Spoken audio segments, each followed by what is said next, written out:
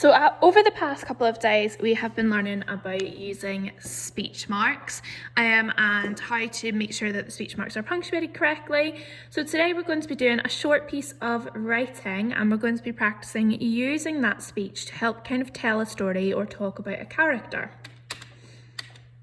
So dialogue is what we call it when people are speaking to each other. So it's a conversation or speech that's part of a piece, and that says narrative text, but basically that means either like a description of something that's happening or a story. So it's usually between two or more people, and it can be really useful to add details and describe the characters or what's happening with a plot. So just a reminder, and we've done quite a lot of work in this in our grammar in the past couple of weeks, these are our rules for using speech marks. We need to use speech marks or inverted commas to indicate the speech. We need to start the speech with a capital letter each time a character starts to speak. We need punctuation before we can close the speech marks or inverted commas, and we need to do a new line for each speaker. We've gone the wrong way again, sighed Boris, who was fed up of flying around in circles. No, we haven't, shouted Beryl over the buzz of hundreds of pairs of beating wings. Queen Betty knows the way, and anyway, I'm sure that we've not seen this patch of flowers before.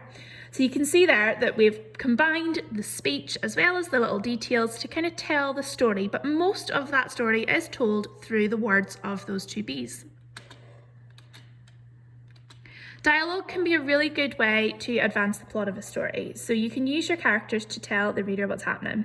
Something that's a really common mistake when using speech marks is all that you do is you either have a paragraph of description or you have constant just speaking, and it's just one person talks, one person talks, one person talks, and it's just a speech mark sentence, speech mark sentence, speech mark sentence.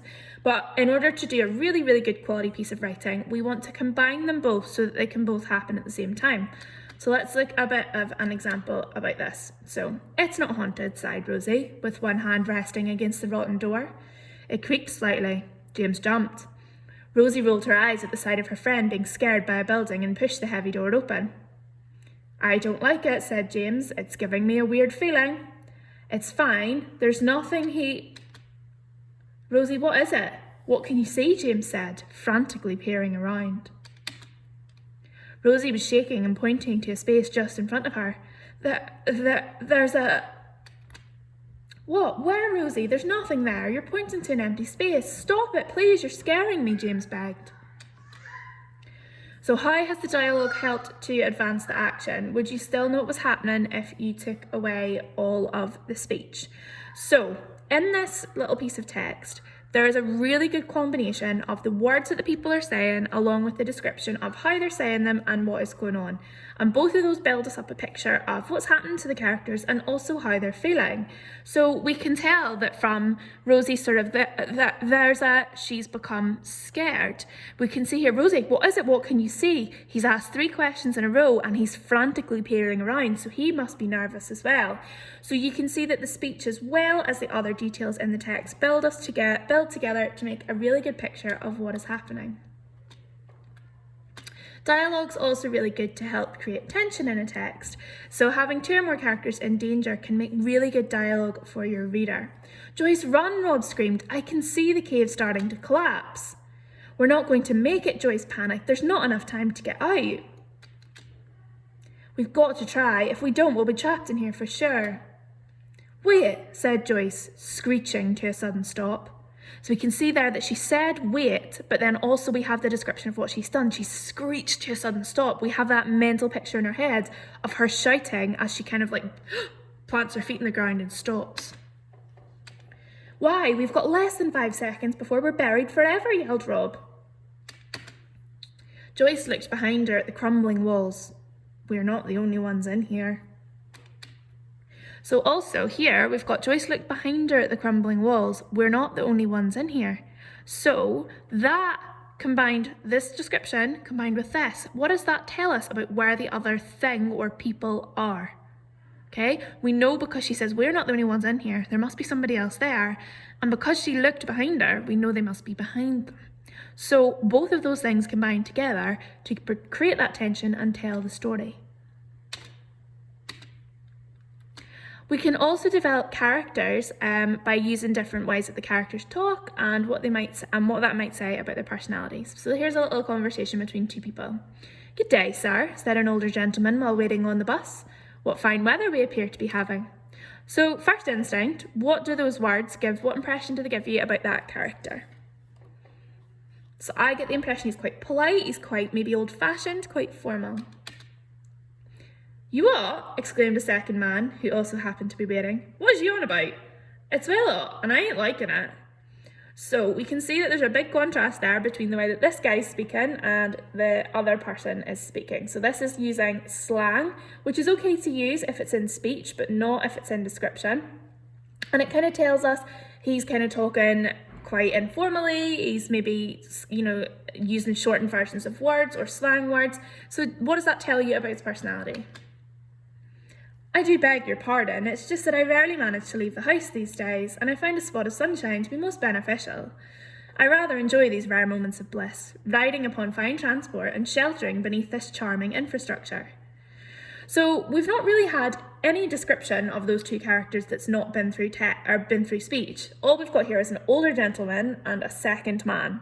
We know nothing else about these people, but I'm sure from that conversation you kind of already have a bit of an image in your head of the difference between the two of them and the kind of conversation that's going on. The speech and the way it's written and the tone that's been used has helped us develop an understanding of who the characters are. "Fine transport? You mean a bus? What's fine but a bus? If I could, I would spend all day on one of them hover things. Now that's fine transport." Okay, so we can see that there's two very different characters there. There was a young man with, the pictures are here, but there was no description of what this guy looked like. There was no description of the older gentleman. All we knew was we had a man and an older gentleman. But from their conversations, I'm sure you've developed an image in your head of what they could look like. And it's because of the way that the writer chose to use the tone and the different choices of words and the formal and informal language that image has been created in your head. So dialogue or speech can be really useful to bring on the action or create tension, as well as develop a character in your writing. So if you're wanting to use dialogue to advance the action, which means kind of tell the story or make it clear what's going on, you need to remember to have your characters talk about the events, otherwise nothing will happen. So they need to be saying, "Oh my goodness, we need to go." And then they've run out of the cave. "I can see the daylight." They are, through their words, bringing the story on without you saying, "Rosie and Jim ran out of the cave." You've kind of done that through their speech instead. We can use the dialogue to create tension. You can use shout, stutter, lots of questions. You could, use longer sentences if someone was kind of rambling on about something. You can use that to kind of change the mood of what you're writing. And then we've got using dialogue to develop characters. So use the way your character speaks and their choice of words to show your reader more about their personality, their attitude, and their viewpoint on things. So let's have a look at how that all relates to the task we're doing today. So what we have got here is I've got a picture of a little girl which represents a situation I'm going to write some speech for, which is going to be similar to your task for today. So there are going to be two characters in my scene, and behind the camera we've got the mother, and then obviously we've got the little girl here standing in the middle of her room. So I'm going to write my piece of text with some speech in it with the understanding that the person that was reading it would not also have the picture available. So I'm going to use my speech to kind of tell a bit about the characters as well as kind of what's going on. So it's about moving the action on and also sort of describing the two characters' personalities. So to start off, I've thought about how these characters are how they're going to behave, what their sort of mood is like, their personality. So the little girl is stubborn, she's stroppy, she's tired, and she is persuasive. The mother is annoyed, she's also tired, she's frustrated, and she is determined. And obviously the situation is the little girl is standing there in a very messy room, and the mother is trying to get her to clean it. So have a little think in your head about how you think this conversation will go. I'm going to pop back in a second once I've done the first little bit of text. So now I have written a little bit of the dialogue. Let's have a read and see what we think. Emily, this room is an absolute disgrace, berated her mother as she appeared in the doorway. I told you to get it tidy 3 hours ago and it looks even worse than before. I've been busy. I charged my phone and my friends needed to talk to me. I've got a life, you know, responded the little girl, placing her hands on her hips. Mum raised her eyebrows as her lips stretched into a grimace. Emily, how dare you speak to me like that? You know you're not allowed on your phone when you're meant to be doing chores, Mum snapped back. It was about schoolwork, retorted Emily. You know it's illegal to not make your child do schoolwork, so obviously I had to chat to them so you wouldn't go to jail. Emily smirked at her mother. How was she going to get out of this one? So you can see there that I have used those characteristics that I came up with for the two characters to kind of inform the tone they were using and how they were speaking. And I've also mixed in some description of what's been going on in the text as well as through my additional information. So for example, berated is kind of like nagged. I've looked at I've got a life, you know, responded the little girl, placing her hands on her hips. So you can see like that I've got a life, the tone of that, as well as putting her hands on her hips implies that she's being very sassy, even though I haven't actually said that yet. Mum raised her eyebrows as her lips stretched into a grimace. So what expression do you think Mum has on her face? You can see she is not happy. Emily, how dare you speak to me like that? So again, that tone, those choice of words comes across quite cross and frustrated. And again, the word snapped here in my description. It was about schoolwork, retorted, so like snap back Emily. You know it's illegal, and you can see I've used capital letters to show that she's putting emphasis or shouting that word. And then again, things like obviously can come across quite sassy. And then the fact she's smirking shows that she is being quite sassy. So you can see that I've moved this conversation on a little bit, and I've also given you information about the characters without actually the reader having to look at either of those things. You can probably get quite a good picture of what's going on without knowing any of this just from this small conversation. Now I'm going to continue this a little bit further and I'll pop back when I've done that. Alright, so I have finished off my little conversation between Emily and Mum, so let's read the rest. Mum took a deep breath, pinching her fingers together as she steadied herself before speaking. Emily, she said slowly and deliberately, you are being ridiculous. I spent 4 hours helping you with your homeschool this morning, and that is besides the point. Mum's eyes had that dark glint in them, the one where Emily knew she was getting really cross.